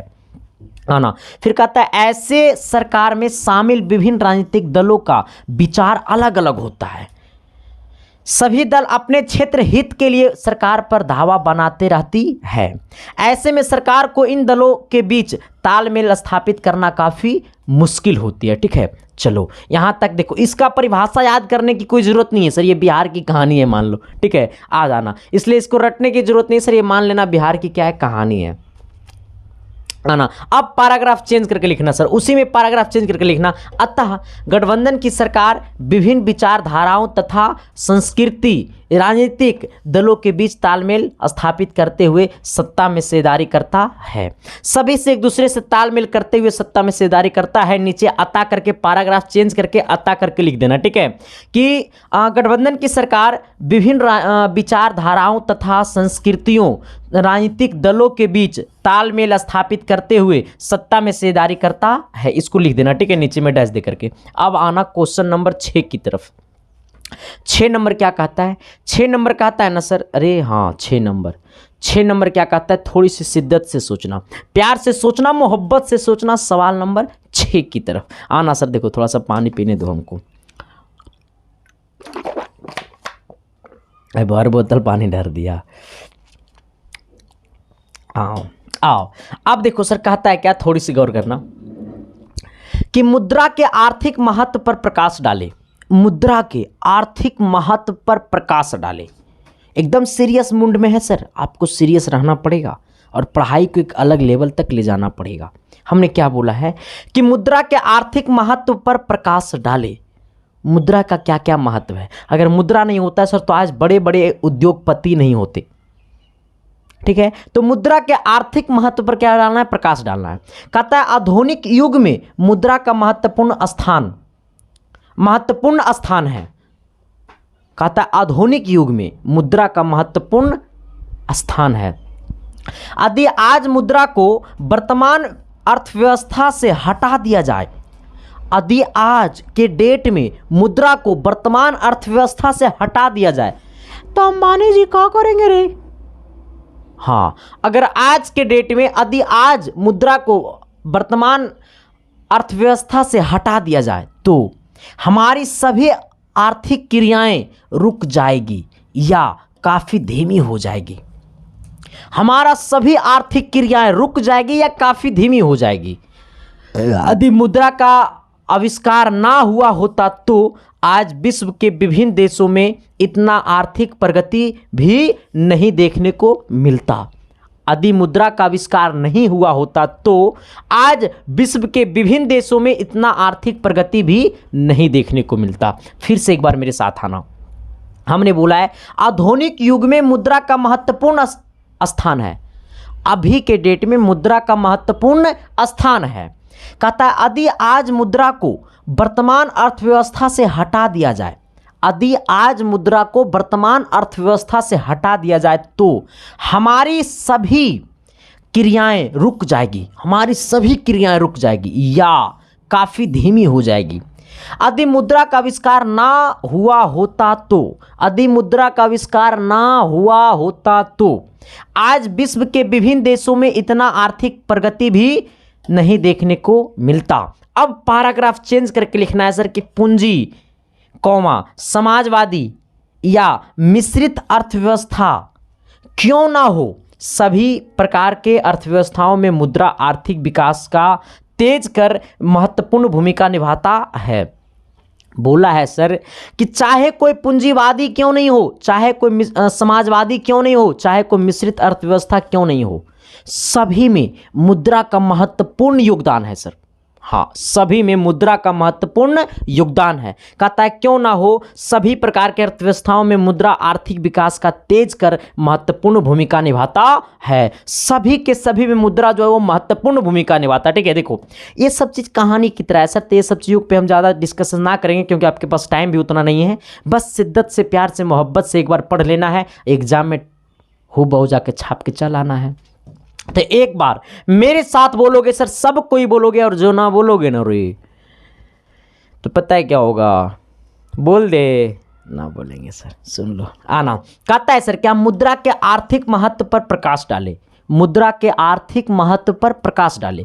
कहता आधुनिक युग में मुद्रा का महत्वपूर्ण स्थान है, आधुनिक युग में मुद्रा का महत्वपूर्ण स्थान है। यदि आज मुद्रा को वर्तमान अर्थव्यवस्था से हटा दिया जाए, यदि आज मुद्रा को वर्तमान अर्थव्यवस्था से हटा दिया जाए तो हमारी सभी आर्थिक क्रियाएं रुक जाएगी, हमारा सभी का सभी आर्थिक क्रियाएं रुक जाएगी या काफ़ी धीमी हो जाएगी। यदि मुद्रा का आविष्कार ना हुआ होता तो आज विश्व के विभिन्न देशों में इतना आर्थिक प्रगति भी नहीं देखने को मिलता। पैराग्राफ चेंज करके लिखना कि चाहे कोई पूंजीवादी हो, चाहे समाजवादी हो, चाहे मिश्रित अर्थव्यवस्था क्यों ना हो, सभी प्रकार के अर्थव्यवस्थाओं में मुद्रा आर्थिक विकास का तेज कर महत्वपूर्ण भूमिका निभाता है। चलो अब आना सर, अब यहाँ पे नीचे में फिर आपको पैराग्राफ चेंज करके लिखना है कि अतः मुद्रा निम्नलिखित क्षेत्रों में महत्वपूर्ण योगदान देता है। मुद्रा जो है सर चाहे कोई भी क्षेत्र हो, वो सभी के सभी क्षेत्रों में महत्वपूर्ण योगदान देता है। बस आपको पैराग्राफ चेंज करके लिखना है। ये भी एक तरह से मानो तो दीर्घ उत्तरीय का सवाल है। ठीक है, यहाँ तक कोई दिक्कत, कोई समस्या, कोई परेशानी, कोई कष्ट नहीं ना है जी तो शेयर कर दो। देखो सर, मैं आपके लिए इतना मेहनत करता हूं सर, तो आपको भी तो थोड़ा करना चाहिए ना, थोड़ा सा तो करना चाहिए सर। मेरे को ऐसा लगता है शायद तुम लोग करते हो प्यार, इसीलिए तो इतना आगे बढ़ रहा है सर मेरा परिवार, और मेरे परिवार के सदस्य आप लोग हैं। बस दिल से सर आपको खुश करने के लिए और आपके मम्मी पापा को सपना को साकार करने के लिए सर मैं अपने अंदर की पूरी ताकत को झोंक दूंगा सर, क्योंकि आपकी मम्मी पापा नहीं, वो मेरे मम्मी पापा भी है। ठीक है सर, आना। कहता है क्या सर, थोड़ी सी गौर करना कि भारत के लिए जल मार्ग की 3 महत्व को लिखें। भारत के लिए जल मार्ग की 3 महत्व को लिखें। भारत के लिए जल मार्ग की 3 महत्व को लिखें। पहला महत्व, जल मार्ग परिवहन का सबसे सस्ता साधन है। जल मार्ग परिवहन का सबसे सस्ता साधन है। रियलिटी यही बात सर। हाँ, जल मार्ग परिवहन का सबसे सस्ता साधन है। आना, इसके मार्ग निर्माण की जरूरत नहीं होती है, इसमें मार्ग निर्माण की जरूरत नहीं होती सर, वो खुद रास्ता बना हुआ रहता है ना। तो यही बोला गया सर कि इसके मार्ग निर्माण की जरूरत नहीं होती है। आना, यह अंतर्राष्ट्रीय व्यापार का मुख्य साधन है। यह जो है वो अंतर्राष्ट्रीय व्यापार का मुख्य साधन है। यह अंतर्राष्ट्रीय व्यापार का मुख्य साधन है। तो एक बार मेरे साथ आना, अच्छा से देख लेते हैं सर, ये सब क्वेश्चन एकदम पूछने वाला है, ठीक है। भारत के लिए जल मार्ग की 3 महत्व को लिखें। कहता है जल मार्ग परिवहन का सबसे सस्ता साधन है। कहता है सर इसके मार्ग निर्माण की जरूरत नहीं होती है। आना, कहता है यह अंतर्राष्ट्रीय व्यापार का मुख्य साधन है। बस इसको हूबहू लिख देना है जाकर के बोर्ड एग्जाम में, ठीक है। चलो अब आना सवाल नंबर 8 की तरफ। क्या कहता है, थोड़ी सी शिद्दत से सोचना, प्यार से सोचना, मोहब्बत से सोचना, तभी रिजल्ट होगा सर। देखो सर, हर चीज के पीछे ना कुछ रीजन होता है, ठीक है। तो हमको ना सर रीजन नहीं ढूंढना, हमको सफलता का रास्ता ढूंढना है, ठीक है। आ जाना। कहता है बिहार में हुए छात्र आंदोलन के प्रमुख कारण क्या थे। अच्छा, बिहार में जो छात्र आंदोलन हुआ था सर, उसका प्रमुख कारण क्या था। बिहार में जिसको बोला था, जिसका नेतृत्व करता था जयप्रकाश नारायण जी। जिसका नेतृत्व कौन कर रहे थे, जयप्रकाश नारायण जी। बड़ा ही भयानक आंदोलन हुआ था सर, बिहार छात्र आंदोलन बड़ा ही भयानक आंदोलन हुआ था सर। ऐसा आंदोलन शायद अभी तक तो देखने को नहीं मिला, बड़ा ही भयानक आंदोलन। इसी को कहा जाता है जेपी आंदोलन के नाम से भी जाना जाता है। बिहार छात्र आंदोलन को जेपी आंदोलन के भी नाम से जाना जाता है। आना, कहता है क्या सर, थोड़ी सी गौर करना कि बिहार में हुए छात्र आंदोलन के प्रमुख कारण क्या थे। कहता है बिहार में सन 1974 ईस्वी में बिहार में सन 1974 ईस्वी में हुए छात्र आंदोलन के प्रमुख कारण निम्नलिखित हैं। बिहार में सन 1974 ईस्वी में एक छात्र आंदोलन हुआ था जिसका बहुत सारा कारण है, ठीक है, लेकिन हमें कुछ ही कारण को क्या करना, व्यक्त करना है। आना, पहला कारण क्या है सर कि तेल की कीमतों और बेरोजगारी और भ्रष्टाचार आदि मामले में वृद्धि होना। मतलब 1974 ईस्वी में तेल का खूब रेट बढ़ गया था सर, ठीक है। तेल की कीमतों में वृद्धि, बेरोजगारी बहुत बढ़ गया था सर 1947 में, भ्रष्टाचार बहुत होने लगा था सर। ये सब मामले में वृद्धि होने लगा, जिसके कारण में छात्रों का दिमाग में पागल जैसा खौफ आया और वहाँ बिहार छात्र आंदोलन शुरू कर दिया। फिर दूसरा कारण एक और था कि कई वर्षों से देश की सामाजिक, आर्थिक और आर्थिक दशाओं में कोई सुधार नहीं होना। मतलब सर कई वर्षों से देश की सामाजिक और आर्थिक दशाओं में कोई सुधार नहीं होना। दूसरा कारण ये था। तीसरा कारण क्या था सर कि खाद्यान्नों में कमी, किसानों की स्थिति दयनीय होने लगा था, जिसके कारण स्टूडेंट लोग पगलाने लगा। फिर बिहार छात्र आंदोलन कर दिया, ठीक है सर। तो हमने क्या बोला सर, थोड़ी सी शिद्दत से, प्यार से, मोहब्बत से आप लोग आइएगा और मेरे साथ बोलिएगा सर, बस, ठीक है। किसके साथ बोलिएगा सर, हम बगल वाला के साथ बोल सकते हैं, मारेंगे, खींच देंगे सर, ये कह रहा बगल वाला के साथ, मैसेज बंद कर दो। हाँ ना, कहता है सर क्या कि बिहार में हुए छात्र आंदोलन के मुख्य कारण क्या थे। कहता है बिहार में सन 1974 ईस्वी में हुए छात्र आंदोलन के प्रमुख कारण निम्नलिखित थे। पहला कारण क्या है सर कि तेल की कीमतों, बेरोजगारी और भ्रष्टाचार आदि मामले में वृद्धि होना। दूसरा क्या कारण था, कई वर्षों से देश की सामाजिक आर्थिक दशाओं में कोई सुधार नहीं होना। अगला कारण क्या था कि खाद्यान्नों में कमी और किसानों की स्थिति दयनीय होना। एकदम किसान की स्थिति एकदम दयनीय हो गया था सर। तो किसान लोग ने एक आंदोलन शुरू किया जिसका नाम छात्र लोग ने एक आंदोलन शुरू किया जिसका नाम क्या था, बिहार छात्र आंदोलन। अगला कहता व्यवसायिक बैंक के कार्य को लिखे। व्यवसायिक बैंकों के कार्य को लिखे, बस कुछ ही कार्य को लिखना है सर। व्यवसायिक बैंकों के कुछ ही कार्य को लिखना, ज़्यादा मत लिखना है, बस लघुत्तरीय में आएगा तो 3 से 4 को कार्य लिख देना है, ठीक है। व्यवसायिक बैंकों के कार्य को लिखे, मतलब 3 से 4 को कार्य लिखना है, इससे ज़्यादा नहीं लिखना, ठीक है। पहला कार्य कहता है व्यवसायिक बैंक के कार्य निम्नलिखित है। व्यवसायिक बैंक के जो कार्य होते हैं सर वो निम्नलिखित होते हैं, लेकिन पहला कार्य क्या है कि जमा राशि को स्वीकार करना। जमा राशि को स्वीकार करना, व्यवसायिक बैंक का पहला कार्य क्या है, जमा राशि को स्वीकार करना। दूसरा ऋण प्रदान करना, दूसरा क्या है, ऋण प्रदान करना। तीसरा क्या है सर कि सामान्य उपयोगिता संबंधी कार्य। समान उपयोगिता मतलब सामान्य उपयोगिता संबंधी कार्यों में क्या करता है, सहयोग करता है, ठीक है। अगला कहता है एजेंसी संबंधी कार्य। इस सब में व्यवसायिक बैंक क्या करता है सर, सहयोग करता है, ठीक है। तो हमसे पूछा सर व्यवसायिक बैंक के कार्यों को लिखे। व्यवसायिक बैंक के कार्यों को लिखो। पहला कार्य क्या है, जमा राशि को स्वीकार करना। पहला क्या है मेरे साथ बोलोगे, जमा राशि को स्वीकार करना। दूसरा क्या है, ऋण प्रदान करना। क्या है, ऋण प्रदान करना। अगला क्या है, सामान्य उपयोगिता संबंधी कार्यों। ठीक है, अगला क्या है, एजेंसी संबंधी कार्य। चलो आना देखो सर, ये सब चीज़ बड़ा छोटा छोटा चीज़ है, बट ये सब आने की संभावना एकदम 110% है। हम वही सवाल आपके सामने चमकाए हैं जेकर संभावना खुद से ज़्यादा है।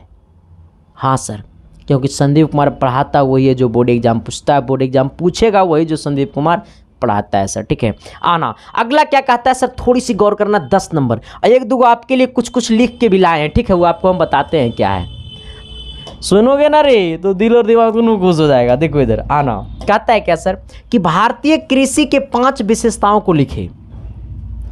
भारतीय कृषि के 5 विशेषताओं को लिखना है। कितना विशेषता, 5 विशेषता को लिखना है। किसको, भारतीय कृषि को।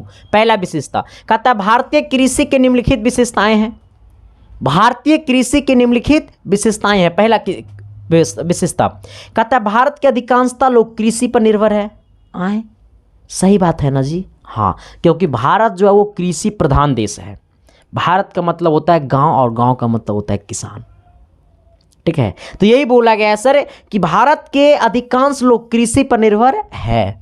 सिंचाई के लिए वर्षा जल पर निर्भरता, भारत में विशेषता यही है सर। उसके बारे में चाहे कुछ बता दो आप, भारत के अधिकांशतः लोग, भारत की किसान जो होता है ना सर वो कृषि पर निर्भर होता है। कृषि पर निर्भर होता है और कृषि करने के लिए वर्षा जल पर निर्भर होता है ना।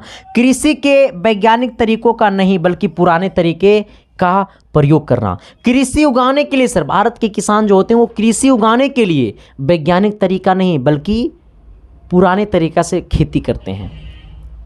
भारत के जो किसान होते हैं सर वो वैज्ञानिक तरीका नहीं बल्कि पुराने तरीका से क्या करते हैं, खेती करते हैं। आना, कृषि से उद्योग धंधे के लिए कच्चे माल की प्राप्ति होता है सर। सबसे बड़ी विशेषता तो यही है। सबसे बड़ी विशेषता यह है सर, जो बड़े बड़े उद्योगपति हैं उनके उद्योग जो चलते हैं सर वो किसानों की से चलते हैं। तो जब तक किसान खेती नहीं करेंगे तब तक सबका उद्योग बंद हो जाएगा सर। तो सबसे बड़ा तो क्रिएटर हम लोग हैं सर। फिर टेंशन किस बात की, प्यार होगा। आना, तो एक बार मेरे साथ बोलना, सब कोई बोलेगा वो भी शिद्दत से, प्यार से, मोहब्बत से। हमने क्या बोला है सर कि भारतीय कृषि के निम्नलिखित विशेषताएं हैं। पहला, भारत के अधिकांश लोग कृषि पर निर्भर है। भारत के अधिकांश लोग कहाँ पे निर्भर है, कृषि पर निर्भर है। सिंचाई के लिए वर्षा जल पर निर्भरता, सिंचाई के लिए वर्षा जल पर निर्भरता। कृषि के वैज्ञानिक तरीकों का नहीं बल्कि पुराने तरीके का उपयोग करना। कृषि के लिए वैज्ञानिक तरीका नहीं बल्कि पुराने तरीका का उपयोग करना। कृषि से उद्योग धंधे के लिए कच्चे माल की प्राप्ति करना। कृषि से उद्योग धंधे के लिए कच्चे माल की प्राप्ति करना। ठीक है सर, इस बात को आपको समझ में आया? ये 4 पॉइंट आपको समझ में आया? अगर आया सर तो एक बार एस लिख करके कमेंट बॉक्स में कमेंट कर दो। एक बार जय इंडिया लिख करके कमेंट बॉक्स में कमेंट कर दो, क्योंकि कर लो इंडिया से प्यार तभी तो होगा पढ़ाई से प्यार। हाँ, आना 11 नंबर सवाल की तरफ सर। अभी हम लोग बहुत दूर तक जाना है सर। कहता है ना सर कि जो सपनों में सोचा था आज वो हकीकत करेंगे। कहता है ना, एक बड़ा ही मैंने रोमांटिक शायरी आपके लिए लाया है। रोमांटिक नहीं सर, उसको बोलोगे ना तो बड़ा दिल को छूने वाला। कहता है ना सर कि नहीं छोड़ो, पहले पढ़ा देते हैं तब बोलेंगे, वरना तुम लोग कहेगा अल्लाह अल्लाह। सुनो पहले इधर देखो। कहता है अबरक का उपयोग क्या है। अबरक का उपयोग लिखे। अबरक का उपयोग को लिखे या अबरक का उपयोग क्या है। कहता है सर अबरक एक विद्युत रोधी धातु है। अबरक जो है सर एक विद्युत रोधी धातु है, इसलिए इसका कई कार्यों में उपयोग किया जाता है। इसका निम्नलिखित उपयोग है। कहता है अबरक का उपयोग क्या है या फिर अबरक के उपयोग को लिखे। सवाल ऐसे भी पूछेगा कि अबरक के उपयोग को लिखे या अबरक का उपयोग क्या है। समझ में आया मोहतरमा? तो सुनो इन्हें। कहता है सर क्या कि अबरक एक विद्युत रोधी धातु है। अबरक जो है एक विद्युत रोधी धातु है, इसलिए इसका कई कार्यों में उपयोग किया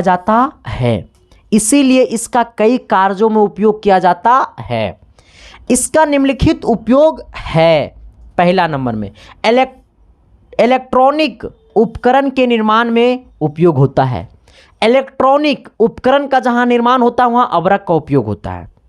इलेक्ट्रॉनिक उपकरण में इसका उपयोग होता है। आयुर्वेदिक दवाइयों को बनाने में उपयोग होता है। जब आयुर्वेदिक दवाई बनाया जाता है सर तो ऐसे केस में अबरक का उपयोग किया जाता है। विद्युत, देखो सर विद्युत ऐसे लिखाता है सर, ठीक है, लेकिन टाइपिंग करते समय शॉर्ट हैंड टाइपिंग नहीं मारता है, इसीलिए थोड़ा सा ये ऐसे होता है, ठीक है। आना कहता है विद्युत रोधी पदार्थों के रूप में उपयोग होता है, क्योंकि अबरक जो है सर एक विद्युत रोधी धातु होता है, ठीक है। तो हमने क्या बोला है, हमने आपके सामने 3 गो उपयोग लिखा है, बाकी ये लिखा है क्योंकि ये लघु उत्तरीय का सवाल है। सभी को समझ में आया मेरा बात? अब लगता है कि रिजल्ट यहीं से होता है। सर कहता है ना किसी सपनों में सोचा था वो हकीकत करके दिखाएंगे। लोग तो रात में सपनों में सोचता, नींद में सपना देखता है सर, मैं आपको रियलिटी में सपना दिखाएंगे और उसको हकीकत करके दिखाएंगे सर। कहता है ना आना, कहता है अबरक का उपयोग क्या है, कहता है अबरक एक विद्युत रोधी धातु है, इसीलिए इसका कई कार्यों में उपयोग किया जाता है। जैसे निम्नलिखित उपयोग है। पहला, इलेक्ट्रॉनिक उपकरण के निर्माण में उपयोग होता है, आयुर्वेदिक दवाइयों को बनाने में उपयोग होता है, विद्युत रोधी पदार्थों के रूप में इसका उपयोग होता है। यहां तक का तो टेंशन खत्म हो गया होगा। अब आ जाना मेरे भाई थोड़ी सी 12 नंबर सवाल की तरफ।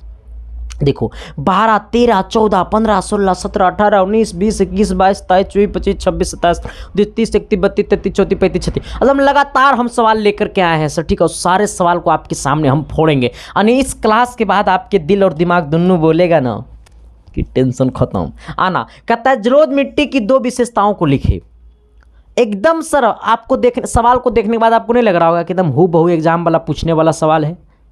हाँ, तो हमारा तो सिंपल फंडा, सिंपल रूल पढ़ाएंगे, वही जो बोर्ड एग्जाम पूछता है, बोर्ड एग्जाम पूछे वही जो संदीप कुमार पढ़ावे, है ना। कहता है जलोढ़ मिट्टी की 2 विशेषताओं को लिखे। पहला विशेषता, कहता है जलोढ़ मिट्टी की निम्नलिखित विशेषताएं हैं, लेकिन हमको लिखना कितना है, 2 ये, क्योंकि यह है लघु उत्तरीय का सवाल। आना पहला कहता है सर क्या, सबसे अधिक उपजाऊ मिट्टी है।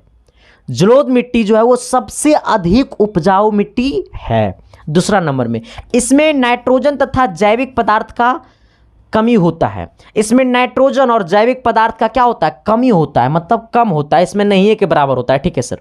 हाँ, जलोढ़ मृदा में कहता है सर जलोढ़ मृदा की विशेषताओं को लिखे, तो पहला विशेषता है क्या कि ये बहुत ही उपजाऊ मिट्टी है। कहता है क्या, ये सबसे अधिक उपजाऊ मिट्टी है। दूसरा, इसमें नाइट्रोजन और जैविक पदार्थों की कमी होती है। ये सबसे अधिक उपजाऊ मिट्टी है, इसमें नाइट्रोजन और जैविक पदार्थों की कमी होती है। टेंशन खत्म, समस्या खत्म, दिल तक गया, प्यार हुआ, मोहब्बत हुआ, रिजल्ट का मतलब पता चला। Sir thank you. बस आना एक बार मेरे साथ बोलेगा, सबको ही बोलेगा कि जलोढ़ मिट्टी की 2 विशेषताओं को लिखे। जलोढ़ मिट्टी की निम्नलिखित विशेषता है। पहला विशेषता, यह अधिक उपजाऊ मिट्टी है, इसमें नाइट्रोजन और जैविक पदार्थों की कमी होती है। चलो आना सवाल नंबर 13 की तरफ। सर कभी नहीं होगा फेरा, बस 13 नंबर सवाल देख लो, कभी नहीं होगा फेरा सर, बाकी हाँ मैं जिंदाबाद। चलो आ जाना। कहता है सर क्या कि सरकारी सेवा क्या है। सरकारी सेवा क्या है सर, सरकारी मतलब जो सरकार के द्वारा चलाया गया, जनता तक को पहुंचाया गया, जनता को सेवा करता है सरकार के द्वारा, वही सब सरकारी सेवा है। आना कहता है जब देश या राज्य की सरकार लोगों को काम के बदले मासिक वेतन देती है और उनसे विभिन्न क्षेत्रों में काम लेती है, तो इस सेवा को सरकारी सेवा कहते हैं। जैसे मेरा बात को समझना, सरकार के द्वारा जितना भी वैकेंसियां आती है ना सर, वो सरकार आपको पहुंचाता है, सरकार आपको काम देता है और सरकार फिर आपको काम के बदले में आपको पैसा देता है। इसी को हम लोग क्या कहते हैं, सरकारी सेवा कहते हैं, ठीक है। आना तो सरकारी सेवा क्या है कि जब देश या राज्य के सरकार लोगों को काम के बदले, देश या राज्य के सरकार लोगों को काम के बदले मासिक वेतन देता है, मासिक वेतन देता है और उनसे विभिन्न क्षेत्रों में काम लेता है, और उनसे विभिन्न क्षेत्रों में काम लेता है, तो इस सेवा को सरकारी सेवा कहते हैं। उनसे विभिन्न क्षेत्रों में काम लेता है, तो इस सेवा को सरकारी सेवा कहते हैं। यहाँ तक कोई दिक्कत, कोई समस्या, कोई परेशानी, कोई कष्ट नहीं ना है। तो मेरे साथ बोलो। हमने बोला सर कि सरकारी सेवा क्या है? तो जब देश या राज्य की सरकार लोगों को काम के बदले मासिक वेतन देता है और उनसे विभिन्न क्षेत्रों में काम लेता है तो उसे सरकारी सेवा क्षेत्र कहते हैं। जैसे शिक्षा, बैंक में जॉब कीजिए, सरकार आपसे काम लेगी, आप फिर सरकार आपको काम के बदले आपको मासिक वेतन देगी। आना कैसा है? मिश्रित अर्थव्यवस्था क्या है? मिश्रित अर्थव्यवस्था क्या है? इस बात को हमने पढ़ाया था सर, शायद आपको पता होगा या नहीं भी पता होगा, बट आपको अब पता कर लेना है। हमने इस बात को आपको पढ़ाया है, मिश्रित अर्थव्यवस्था क्या है। कहता है क्या सर कि वैसी अर्थव्यवस्था जिसके उत्पादन के साधनों का स्वामित्व एवं संचालन देश के सरकार एवं निजी व्यक्ति के पास हो, उसे हम लोग कहते हैं मिश्रित अर्थव्यवस्था। हमने क्या बोला है? मिश्रित अर्थव्यवस्था मतलब समझा? नहीं समझा तुम लोग नहीं समझा। मेरा बात को सुनो, हमने क्या बोला? हमने बोला सर कि वैसी अर्थव्यवस्था जिसके उत्पादन के साधनों, वैसी अर्थव्यवस्था जिसके उत्पादन के साधनों का स्वामित्व, उत्पादन के साधनों का स्वामित्व एवं संचालन देश के सरकार एवं निजी व्यक्ति के पास हो, देश के सरकार और निजी व्यक्ति के पास हो, उसे मिश्रित अर्थव्यवस्था कहते हैं। जैसे भारत सरकार और यहाँ निजी व्यक्ति के द्वारा भी चलाया जाता है, अमेरिका, ETC, मतलब और बहुत सारा देश है ऐसा। तो हमने क्या बोला है सर? हमने बोला है कि वैसी अर्थव्यवस्था जिसके उत्पादन के साधनों एवं स्वामित्व, वैसी अर्थव्यवस्था जिसके उत्पादन के साधनों का स्वामित्व एवं संचालन देश के सरकार और निजी व्यक्ति के पास हो, उसे क्या कहते हैं? मिश्रित अर्थव्यवस्था कहते हैं। यहाँ तक क्लियर? यहाँ तक टेंशन खत्म है ना? चलो आना अगला क्वेश्चंस की तरफ आना सर। अगला क्या कहता है कि धर्मनिरपेक्ष राज्य किसे कहते हैं? धर्मनिरपेक्ष राज्य से आप क्या समझते हैं? धर्मनिरपेक्ष राज्य से आप क्या समझते हैं? थोड़ा सा देखो से थक जाते हैं हम, कितना क्लास ले, पढ़ाते पढ़ाते तो मरिए जाएंगे रे। आना तुम लोग को देखते ना सर तो पता है कितनों थके हुए रहते हैं ना, तो दिल और दिमाग दोनों खुश हो जाता है। आना कहता है धर्मनिरपेक्ष राज्य से आप क्या समझते हैं? धर्मनिरपेक्ष राज्य से आप क्या समझते हैं?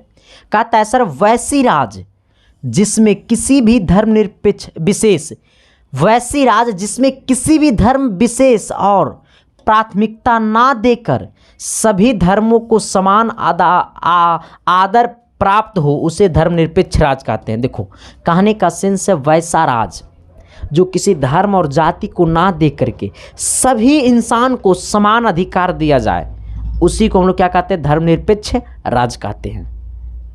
कहता है वैसा राज्य जहां कोई जाति और धर्म मजहब ना देख करके सभी को समान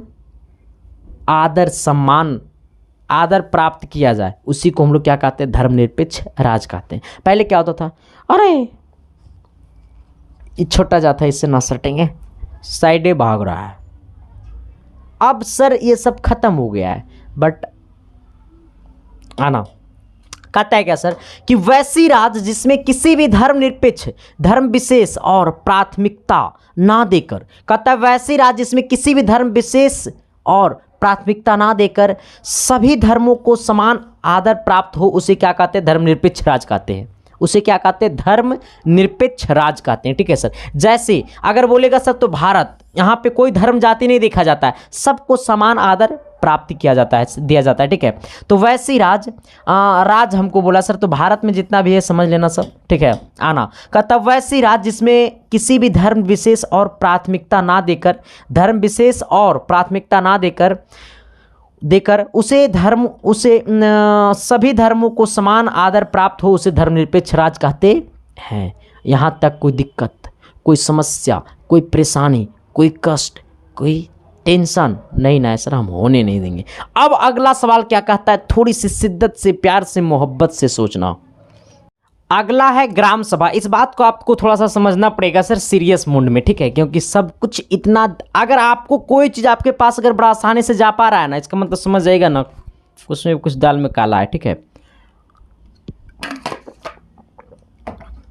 अगर जिंदगी का रास्ता अगर आपको बड़ा इजी वे में मिल जाए तो आप समझिएगा ना कि वो रास्ता बड़ा खतरनाक होगा आगे जा करके। सर रास्ता इतना आसानी से नहीं मिल जाता सफलता का रास्ता। सफलता को रास्ता खोजने के लिए सर कठिनाई करना पड़ता है ना। कहता है क्या, थोड़ी सी गौर करना, इस बात को समझना है आपको। अगला क्या है, हमें है ग्राम सभा सदस्य किसे कहते हैं। कहता है क्या कि ग्राम सभा सदस्य किसे कहते हैं, तो कहता है किसी ग्राम पंचायत क्षेत्र में, किसी ग्राम पंचायत क्षेत्र में जितने भी 18 साल से अधिक उम्र के लोग होते हैं उसे ग्राम सभा सदस्य कहा जाता है। अगर आपके पंचायत में कोई अगर 18 साल से अधिक उम्र वाले लोग हैं तो वो ग्राम सभा सदस्य बन सकते हैं। सवाल क्या बोला है कि किसी ग्राम पंचायत क्षेत्र में, किसी भी ग्राम पंचायत क्षेत्र में जितने भी 18 साल से अधिक उम्र के लोग होते हैं उसे ग्राम सभा सदस्य कहा जा सकता है, उसमें कोई दो राय नहीं है सर। अगला क्या है सर, समुच्च कृषि किसे कहते हैं। ये बड़ा रोमांटिक सवाल है क्योंकि समुच्च कृषि आपके एग्जाम में पूछता है, 110% आने वाला सवाल ये है सर, ठीक है। कहता है क्या कि समुच्च कृषि से आप क्या समझते हैं। कहता है पर्वतीय ढालों में कृषि करते समय, पर्वतीय ढाल मतलब उसमें ढाल जब ऐसे होता है सर, देखो जब खेत पर्वत में ऐसे होता है सर, ठीक है, तो जब खेत ऐसे होता है ना, तो जब यहाँ पे पानी डालेगा ना, पानी डालेगा यहाँ पे तो पानी सब नीचे गिर जाएगा, तो इसलिए वहाँ के लोग क्या करता है कि खेत को गोल गोल ऐसे ऐसे जोतता है। तो इससे क्या होता है ना सर कि यहाँ से जब पानी डालेगा ना तो ऐसे घूम करके घूमेगा पानी, फिर इधर जाएगा, फिर पानी ऐसे घूमेगा, ऐसे ऐसे मतलब करके खेती करता है, ठीक है, वहाँ पे, है ना। कहता है पर्वतीय ढालों में कृषि करते समय वृत्ताकार रूप से, वृत्ताकार रूप में खेती की जुताई कर कृषि करते खेती की जुताई कर कृषि खेती की जाती है, कृषि जुताई कर खेती की जाती है। इसको कृषि को काट देना सर, ठीक है। कहता है क्या कि पर्वतीय ढालों में कृषि करते समय वृत्ताकार रूप में खेती की जुताई कर खेती की जाती है। अब आना, तो कहता है इस प्रकार के खेतों की आकृति समुच्च रेखा की तरह हो दिखाई देता है। जब वो गोल गोल जोतता है ना सर, तो उसका जो होता है ना वो समुच्च रेखा की तरह दिखाई देता है, इसलिए इसे हम लोग समुच्च कृषि के नाम से जानते हैं, हाँ ना। कहता है क्या सर, थोड़ी सी समझना इस बात को कि समुच्च पर्वतीय ढालों में कृषि करते समय वृत्ताकार रूप में खेती की जुताई कर खेती की जाती है। तो इस प्रकार के खेतों की आकृति समुच्च रेखाओं की तरह दिखाई देती है, समुच्च रेखाओं की तरह दिखाई देती है, इसलिए इस प्रकार की कृषि को समुच्च कृषि कहते हैं। आना अगला सवाल, अगला कहता है राष्ट्रवाद क्या है। कौन वाद, राष्ट्रवाद क्या है। कहता है अपने देश के प्रति प्रेम, अपने देश के प्रति प्रेम लगाव की एक भावना है, अपने देश के प्रति प्रेम और लगाव की एक भावना है जो किसी भौगोलिक संस्कृति या सामाजिक परिवेश में रहने वाले लोगों में एकता ही राष्ट्रवाद कहलाता है। हमने क्या बोला है, हमने बोला है सर, हमने बोला है कि अपने देश के प्रति प्रेम, अपने देश के प्रति प्रेम लगाव की एक भावना है, अपने देश के प्रति प्रेम लगाव की एक भावना है जो किसी भौगोलिक संस्कृति या सामाजिक परिवेश में रहने वाले लोगों में एकता ही राष्ट्रवाद कहलाता है। किसी भी भौगोलिक परिवेश में रहने वाले लोगों में एकता ही क्या कहलाता है, राष्ट्रवाद कहलाता है, ठीक है। तो एक बार आना, शिद्दत से, प्यार से, मोहब्बत से मेरे साथ बोलना। हमने बोला सर कि अपने देश के प्रति प्रेम और लगाव की एक भावना है, अपने देश के प्रति प्रेम और लगाव की एक भावना है जो किसी भौगोलिक संस्कृति या सामाजिक परिवेश में रहने वाले लोगों में एकता ही राष्ट्रवाद कहलाता है। आना, अब कहता है 19 नंबर में रबी फसल किसे कहते हैं, इसका उदाहरण भी लिखें। रबी फसल किसे कहते हैं, इसका उदाहरण भी लिखे। कहता है रबी फसल को अक्टूबर से दिसंबर के बीच में बोया जाता है। रबी फसल की जब खेती किया जाता है तो अक्टूबर से दिसंबर के बीच में बोया जाता है, मतलब ठंड वाला ऋतु में, ठीक है, बोया जाता है। तथा अप्रैल से जून के बीच में काटा जाता है। अक्टूबर से दिसंबर में बोएगा, अप्रैल से जून के बीच में काटा जाता है, उसे हम लोग क्या कहते हैं, रबी फसल कहते हैं। जैसे क्या, गेहूं, जौ, चना, ये सब क्या हमारा सर, रबी फसल है, ठीक है। तो रबी फसल क्या बोलता है कि अक्टूबर से दिसंबर के बीच में बोया जाता है। रबी फसल अक्टूबर से दिसंबर के बीच में बोया जाता है और अप्रैल से जून के बीच काटा जाता है, उसी को हम लोग क्या कहते हैं, रबी फसल कहते हैं। अक्सर ये जो होता है ना वो ठंडे वाले ऋतु में होता है सर, अक्टूबर से दिसंबर ठंडा रहता है तो इसमें बोया जाता है, तो वही होगा, है ना। तो एक बार शिद्दत से, प्यार से, मोहब्बत से बोलना, क्लास कैसा लग रहा है, आना सर। अब देखो 20 नंबर की तरफ आना। 20 नंबर सवाल थोड़ा सा आपको देखने में भी सुंदर लगेगा, पढ़ोगे दिल से तो और सुंदर लगेगा सर, ठीक है। आना कहता है क्या, थोड़ी सी इस बात को समझना कि भूकंप क्या है, इसके बचाव किन्हीं दो उपाय को लिखे। भूकंप क्या है, इससे बचाव के लिए किन्हीं दो उपाय को लिखे। सबसे पहले आपको ये बताना कि ये भूकंप क्या है, फिर इससे बचाव के लिए दो गो उपाय आपको बताना, ठीक है। आना कहता है क्या सर कि जब किसी बाहरी या आंतरिक कारणों से, जब किसी बाहरी या आंतरिक कारणों से पृथ्वी के भूपटल में कंपन उत्पन्न होता है तो उसे क्या कहते हैं, भूकंप कहते हैं। हमने क्या बोला, जब किसी बाहरी या आंतरिक कारणों से पृथ्वी के भूपटल में भूकंप उत्पन्न होता है तो उसे क्या कहते हैं, भूकंप कहते हैं। हमने क्या बोला है, हमने बोला है कि जब किसी बाहरी या आंतरिक कारणों से पृथ्वी के भूपटल में भूकंप उत्पन्न होता है उसे क्या कहते हैं, भूकंप कहते हैं। जब किसी बाहरी या आंतरिक कारणों से पृथ्वी के भूपटल में भूकंप उत्पन्न होता है तब उसे क्या कहते हैं, भूकंप कहते हैं। इसके बचाव के निम्न उपाय है। पहला उपाय कहता है पृथ्वी के भूकंप रोधी मकानों का निर्माण करना।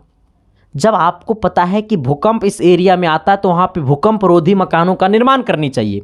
फिर कहता है इससे सुरक्षा के लिए लोगों की प्रशिक्षित करना चाहिए, मतलब लोगों को बताना चाहिए, इससे भी बहुत सारा चीज़ की सुरक्षा होती है। ऐसा नहीं कि भूकंप आएगा देखो टेबल के ऊपर चल गया, नहीं रे भाई, एकरो सुरक्षा होता है सर, तो लोगों को बताना चाहिए, ठीक है। आना तो हमने क्या बोला कि भूकंप क्या है, कहता है जब किसी बाहरी या आंतरिक कारणों से, जब किसी बाहरी या आंतरिक कारणों से पृथ्वी के भूपटल में कंपन उत्पन्न होता है, पृथ्वी के भूपटल में कंपन उत्पन्न होता है उसी को क्या कहते हैं, भूकंप कहते हैं। इसके बचाव के निम्न उपाय है। पहला उपाय है कि भूकंप रोधी मकानों का निर्माण करना चाहिए, इससे सुरक्षा के लिए लोगों को प्रशिक्षित करना चाहिए, ठीक है। आना अगला कहता है सर क्या, 21 नंबर सवाल कहता है बहुराष्ट्रीय कंपनी किसे कहते हैं। बहुराष्ट्रीय कंपनी किसे कहते हैं, ऐसी कंपनियां जो किसी एक देश में स्थित मुख्यालय से, वैसी कंपनियां जो किसी एक देश में स्थित मुख्यालय से अनेकों देशों में उत्पादन और सेवाओं का नियंत्रण करती है, उसे और अरबों रुपयों की पूंजी वाली हो, उसे क्या कहते हैं, बहुराष्ट्रीय कंपनी कहते हैं। मतलब सपोजेड मान लो कि जैसे अगर हम कोई एक मेरा कोई ब्रांड है, सपोजेड मान लो कि हमने खोला SK ब्रांड, ठीक है। अब वो क्या है ना कि मेरा मेन इंडिया में है, लेकिन वो हम क्या करने लगे कि इंडिया में मेरा मेन मुख्यालय है, लेकिन इसके थ्रू हम पूरे वर्ल्ड में 2-4 देश में हम अपने प्रोडक्ट को व्यापार करने लगे, बेचने लगे। यही हमारा हो गया बहुराष्ट्रीय कंपनी। बस यही तो हमने समझाना चाह रहे थे आपको। कहता है ऐसी कंपनियां जो किसी एक देश में स्थित मुख्यालय से, कहता है वैसी कंपनियां, ऐसे कंपनियां जो किसी एक देश में स्थित मुख्यालय से अनेक देशों में उत्पादन और सेवाओं का नियंत्रण करती है, अनेक देशों में उत्पादन और सेवाओं का नियंत्रण करती है और अरबों रुपयों की पूंजी वाली हो, और वो छोटा मोटा कंपनी नहीं हो, अरबों रुपया की पूंजी वाली हो, उसी को क्या कहते हैं, बहुराष्ट्रीय कंपनी कहते हैं। यहाँ तक कोई दिक्कत? हमने क्या बोला कि ऐसी कंपनियां जो किसी एक देश में स्थित हो, किसी एक देश में स्थित मुख्यालय से अनेक देशों में उत्पादन और सेवाओं का नियंत्रण करती है और वो कंपनियां अरबों रुपया की पूंजी वाली हो, उसी को क्या कहते हैं, बहुराष्ट्रीय कंपनी कहते हैं। अगला कहता है सर कि उदारीकरण किस को परिभाषित करें। कहता है उदारीकरण का अर्थ है सरकार द्वारा बनाई गई आर्थिक नीतियों में विशेष छूट प्रदान करना, उसी को हम लोग क्या कहते हैं, उदारीकरण कहते हैं। उदारीकरण का मतलब क्या होता है सर, कि उदारीकरण का मतलब होता है कि उदारीकरण का अर्थ है कि सरकार द्वारा बनाई गई आर्थिक नीतियों विशेष छूट प्रदान करना। कहता है सरकार द्वारा बनाई गई आर्थिक नीतियाँ में विशेष छूट प्रदान करना उदारीकरण कहलाता है। चलो इस बात को समझ गया होगा तुम लोग, ज़्यादा चर्चा नहीं करेंगे सर, क्योंकि एग्जाम का टाइम आपके पास है नहीं उतना। आना अब आना 23 नंबर की तरफ। कहता है कृषि को भारतीय अर्थव्यवस्था की रीढ़ क्यों कहा जाता है। कृषि को भारतीय अर्थव्यवस्था की रीढ़ क्यों कहा जाता है, क्योंकि हमारा भारत जो कृषि प्रधान देश है, ठीक है। शायद ये सवाल हमने करवाया है आपको, ठीक है। आना कहता है सर क्या, कि भारतीय अर्थव्यवस्था कृषि पर आधारित है। भारतीय अर्थव्यवस्था कृषि पर आधारित है। देश की कुल जनसंख्या का 70% तो कृषि से जुड़े हैं। इन सभी का जीवन यापन कृषि से होता है। हमने क्या लिखा है कि भारतीय अर्थव्यवस्था कृषि पर आधारित है। भारतीय अर्थव्यवस्था कृषि पर आधारित है। देश की कुल जनसंख्या का 70% लोग कृषि से जुड़े हैं। इन सभी का जीवन यापन कृषि से होता है। अब पैराग्राफ आपको चेंज करना है, नीचे वाले लाइन में आना है, जहां पे ये खत्म होगा इसके जस्ट नीचे वाले लाइन में आना है। भारत की राष्ट्रीय आय का बड़ा भाग कृषि से प्राप्त होता है। भारत की राष्ट्रीय आय का सबसे बड़ा भाग कृषि से प्राप्त होता है। उद्योगों के लिए कच्चे माल की प्राप्ति कृषि से होती है।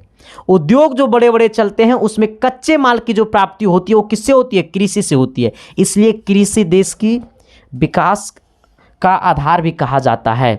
इसलिए कृषि जो है वो देश के विकास की आधार भी कहा जाता है। हमने आपको क्या बोला है, हमने आपको बोला है सर कि भारतीय अर्थव्यवस्था कृषि पर आधारित है। भारतीय अर्थव्यवस्था कृषि पर आधारित है। देश की कुल जनसंख्या का 70% लोग कृषि से जुड़े हैं। कहता इन सभी का जीवन यापन कृषि से होता है। कहता भारत की राष्ट्रीय आय का बड़ा भाग कृषि से प्राप्त होता है। उद्योगों के लिए कच्चे माल की प्राप्ति कृषि से होती है। कहता इसलिए कृषि देश के विकास का आधार भी कहा जाता है। देश का विकास तभी होगा जब हमारा कृषि का विकास होगा सर, ठीक है। आना ये 24 नंबर सवाल जो है सर वो थोड़ी सी बड़ा हल्का सवाल है। 24 नंबर सवाल का मतलब होता है ना, कहता है प्रति व्यक्ति आय क्या है। प्रति व्यक्ति आय किसे कहते हैं। कहता प्रति व्यक्ति आय बराबर होता है राष्ट्रीय आय में कुल जनसंख्या से भाग दे देंगे। राष्ट्रीय आय में कुल जनसंख्या से क्या करेंगे, भाग दे देंगे। कुल जनसंख्या से क्या करेंगे, भाग दे देंगे। वही हमारा क्या कहलाएगा, प्रति व्यक्ति आय कहलाएगा, ठीक है ना। कहता है प्रति व्यक्ति आय देश में रहने वाले व्यक्तियों की औसत आय होती है। प्रति व्यक्ति आय देश में रहने वाले व्यक्तियों की औसत आय होती है, जिसमें कुल राष्ट्रीय आय को कुल जनसंख्या से भाग देने पर भागफल बचता है। जो आपको बचता है सर, जो भागफल बचता है, जो आपको भागफल बचता है वही क्या कहलाता है, प्रति व्यक्ति आय कहलाता है। राष्ट्रीय आय को कुल जनसंख्या से भाग देने पे जो भागफल बचेगा वही क्या कहलाएगा, प्रति व्यक्ति आय कहलाएगा। अब सोचो सर, आज तक का क्लास आपको इतना ही में द एंड हो गया सर। बस आप ये बता देना ये क्लास आपको कैसा लगा। इससे आपको कितना ज़्यादा क्लियर हुआ होगा इस बात को आप समझिएगा थोड़ा सा दिल से। लेकिन अभी छोड़ेंगे नहीं आपको भी, हम अभी और कराएंगे। ये पहला भंडारा है, अभी 1-2 और भंडारा आएगा, इसके बाद टेंशन ख़त्म हो जाएगा, ठीक है। चलो टेंशन नहीं लेने को है, टेंशन देने को है सर। बस जब तक आपको पहुंचाएंगे नहीं उस मंजिल तब तक छोड़ेंगे नहीं सर, ठीक है। तो शिद्दत से, प्यार से, मोहब्बत से बताना मेरे यारों कि एक क्लास कैसा लगा आपको, ठीक है। तो सुबह में आप लोग 10 बजे जरूर जुड़े, उसमें हम बात करने वाले हैं सर। कल की क्लास में आपको महामैराथन लगभग 2 घंटा का क्लास नहीं, सुबह में भी चलेगा। तो सारे क्लासेस को ज्वाइन करते रहना है सर, शिद्दत से, प्यार से, मोहब्बत से पढ़ते रहना है और रिजल्ट की दुनिया में सर ब्लास्टर रिजल्ट देते रहना, ठीक है sir. Thank you, love you. बस मिलते हैं आप सबके बीच अगली क्लास।